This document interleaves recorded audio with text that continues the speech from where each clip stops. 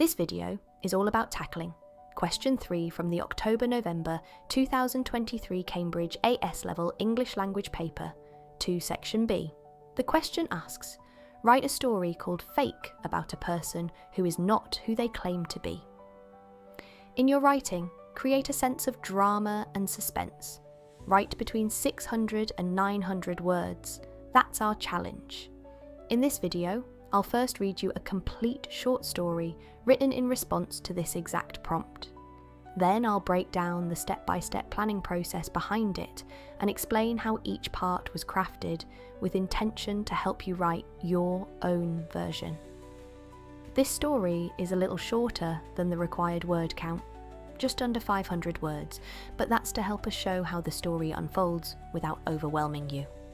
Let's begin with the story. Fake. The email came at 2:07 a.m. Just one line. I know who you are.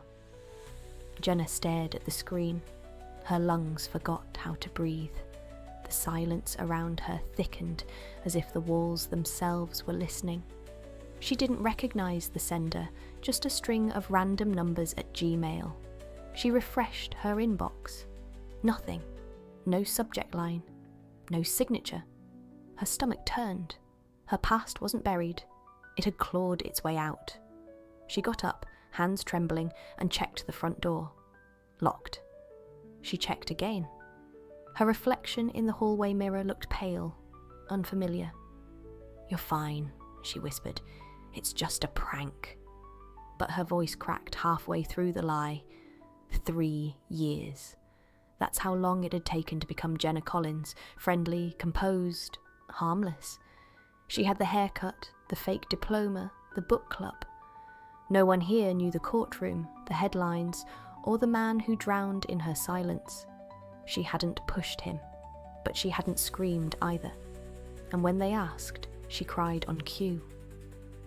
She returned to her laptop and deleted the message, but the weight of it remained, pressing on her chest like water. At sunrise, the city stirred. She forced herself into routine. Coffee, blazer, keys. But when she stepped outside, a yellow note fluttered under her wiper blade. You look better as a blonde. Her knees buckled. No one here had ever seen her with dark hair. She clutched the paper like it might dissolve if she stared long enough.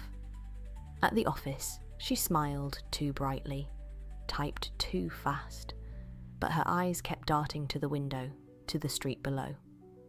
Was that man looking at her too long? Did her barista hesitate when she said her name?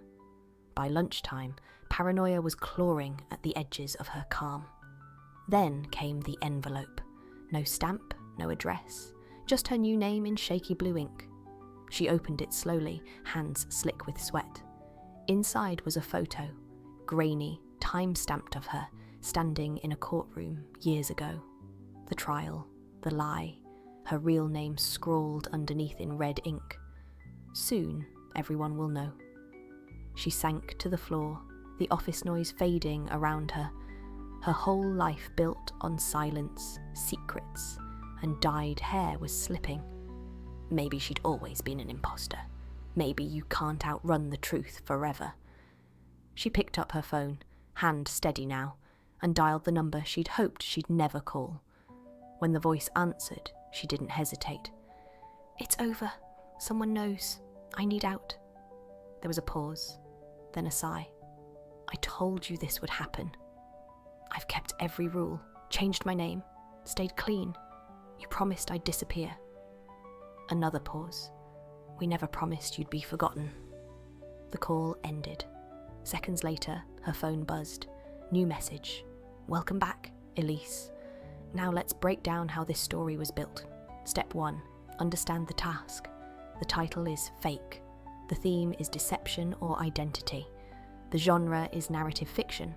The tone should be suspenseful and dramatic. So the story needs to centre on someone hiding their true identity and engage the reader through mystery and emotional tension. Step 2. Generate rough ideas. In this case, we chose to write about a woman with a new identity who begins receiving anonymous threats revealing her past. Why this idea? because it offers internal and external conflict, high emotional stakes, and a built-in twist. Step 3. Point of view and voice.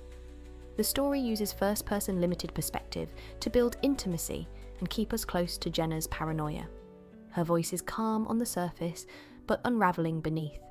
Step 4. Structure. This story uses a tight Freytag's pyramid. Exposition introduces Jenna and the threatening email. Rising action includes the car note and envelope. The climax is the envelope with the courtroom photo. The resolution is her call for help, but the twist ending leaves the suspense open. Step 5. How drama and suspense are built. Let's look at some examples. The opening sentence is short and unsettling. The email came at 2:07 a.m. Just one line. That grabs attention instantly. The line, "Her lungs forgot how to breathe," shows internal panic without stating it directly. Suspense is maintained through minimal backstory and carefully dropped hints like the man who drowned in her silence. The car note, the envelope, and the courtroom photo each escalate tension and deepen the mystery. The twist ending, "Welcome back, Elise," confirms the past is catching up and creates an aha moment for the reader. Emotional drama is layered in through lines like "maybe she'd always been an imposter," which reflect on identity and guilt. The final twist not only delivers narrative satisfaction, but also emphasises the theme of being unable to escape who you really are. Even though this story is under 600 words, it's structured with purpose and emotional pacing.